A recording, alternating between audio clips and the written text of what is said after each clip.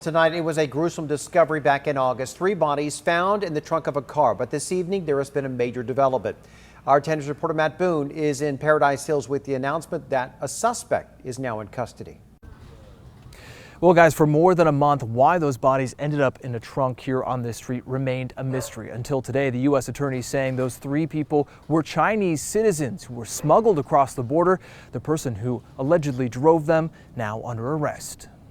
Authorities have charged this man, Neil Edwin Valera, in the deaths of 3 people who were found inside the trunk of his car, dumped on Jamie Street in Paradise Hills in early August.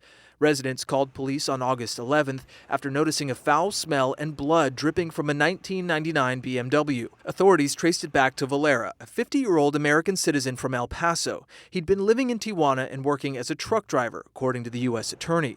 The victims were all Chinese citizens, including a mother and her 15-year-old son, as well as another teen girl. They're bringing them in and saying, I can bring you across and blah, blah, blah. And then once they're in, if they don't do what they're supposed to do, they're going to die. Marisa Ugarte is a human trafficking expert and runs the nonprofit Bilateral Safety Corridor Coalition.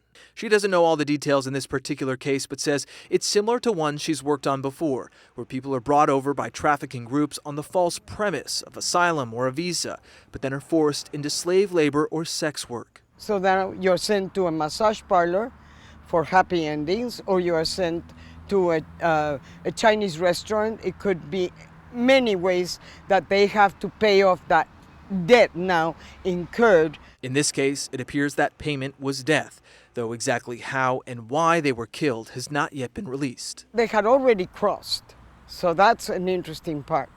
There must have been a negotiation that went wrong. Something is not right. Now, authorities have not yet released the names of those 3 victims, saying they haven't been able to contact their family yet in China. Reporting in Paradise Hills, Matt Boone, 10 News.